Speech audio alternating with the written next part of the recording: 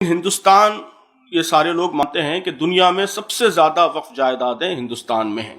ہندوستان کے بعد دوسرے نمبر پر ٹرکی ہے، جو بہت پیچھے ہے ہندوستان کے مقابلے۔ جو نمبر آف پراپرٹیز ہیں اس کے لحاظ سے نمبر 1 ساری دنیا میں وہ ہندوستان ہے۔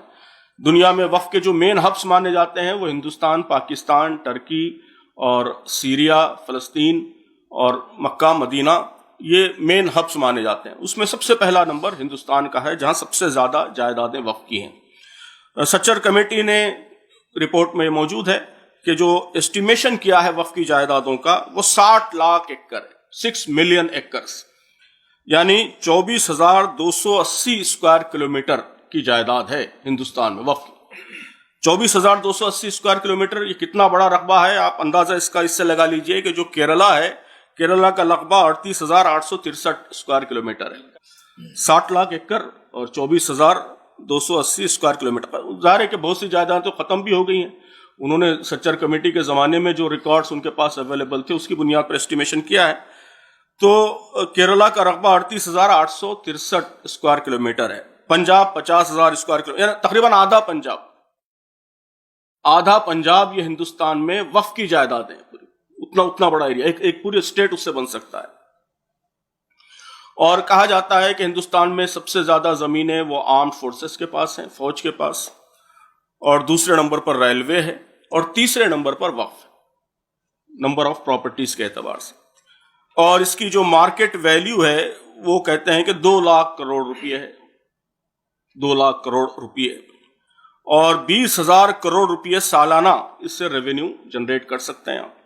20,000 کروڑ روپے سالانہ، یہ ہندوستان میں کئی ریاستوں کا بجٹ نہیں، اسٹیٹ بجٹ، کئی ریاستوں کا، چھوٹی ریاستوں کا بجٹ 20,000 کروڑ روپے نہیں، بعض 5,000 کروڑ بجٹ والی ریاستیں بھی انڈیا میں موجود ہیں۔ تو آپ 20,000 کروڑ روپے سالانہ ریونیو جنریٹ کر سکتے ہیں۔ لیکن اس وقت جو ریونیو جنریٹ ہو رہا ہے وہ صرف 163 کروڑ روپے، کدھر 20,000 کروڑ اور کدھر 163 کروڑ، میں نے بہت ہی میگر اماؤنٹ اس کا آپ استعمال کر پا رہے ہیں۔ یہ سب کیوں ہے؟ تو آزادی کے بعد سے ہی اوقاف کو بہت ہی شدید چیلنجز درپیش ہوئے۔ یہاں کی خاص طور پر فرقہ پرست طاقتیں، جن کا ایک حصہ آزادی کے بعد سے ہی حکومت میں رہا ہے اور بہت ہی انفلوئنشل پوزیشنز پر رہا ہے، ان کی نگاہوں میں اوقاف ہمیشہ کھٹکتے رہے، اور سسٹمیٹک کوششیں آزادی کے بعد سے ہی شروع ہو گئیں کہ اوقاف کے اس پورے نظام کو ختم کر دیا جائے اور ان زمینوں کو ڈائریکٹ یا انڈائریکٹ طریقوں سے مسلمانوں کے قبضے سے نکال دیا جائے۔ اس کے لیے طرح طرح کے پلاٹس کیے جاتے رہے، اور اس کا مقابلہ کرنے کی بھی لوگوں نے کوشش کی۔ آزادی کے بعد پہلا وقف ایکٹ بنا، پھر سیکنڈ وقف ایکٹ بنا، کئی ریفارمز ہوتے رہے۔ تو جو خطرات ہیں اس میں سب سے پہلا تو انکروچمنٹ ہے کہ وقف کی زمینوں پر قبضہ۔ سچر کمیٹی کہتی ہے کہ 2 طرح کا قبضہ ہے۔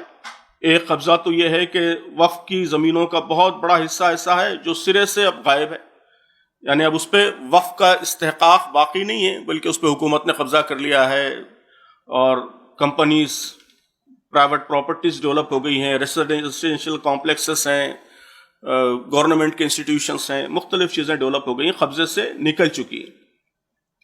اور دوسرا انکروچمنٹ یہ ہے کہ جائیدادوں کا بڑا حصہ ابھی وقف بورڈ کے پاس ہے آن پیپر، لیکن وہ بہت ہی کوڑیوں کے مول لیز پر دے دیا گیا ہے، اور اس سے کوئی آپ فائدہ اٹھانے کی پوزیشن میں نہیں ہے۔ جو لیز ملتا ہے کرایہ وہ بہت ہی نیگلیجبل ہے، ہونا نہ ہونا برابر ہے۔ تو یہ دونوں طرح کا انکروچمنٹ بہت بڑے پیمانے پر ہوا ہے۔ اور آپ جانتے ہیں جوائنٹ پارلیمنٹری کمیٹی کی جو 9th رپورٹ ہے، 9ویں رپورٹ، یہ بہت ہی امپورٹنٹ رپورٹ ہے، اور وقف کے سارے مسائل کا میں سمجھتا ہوں کہ آج بھی ایک بہت ہی امپورٹنٹ سورس اور ریفرنس یہ JPC کی 9th رپورٹ ہے، اور ہم سب کو اسے ضرور پڑھنا چاہیے، ہمارے پاس رہنا چاہیے۔ مسائل بھی موجود ہیں، ڈیٹا بھی موجود ہے، انفارمیشن بھی موجود ہے، آسانی سے PDF اویلیبل ہے اس کا۔ تو یہ JPC کی جو رپورٹ ہے 9th رپورٹ، اس میں کہا گیا ہے کہ ٹوٹل اوقاف کا 70 سے 80% حصہ وہ وقف بورڈ کے قبضے سے باہر انکروچڈ ہے، 70 سے 80%، ظاہر ہے کہ معمولی نہیں ہے، بہت بڑا ہے۔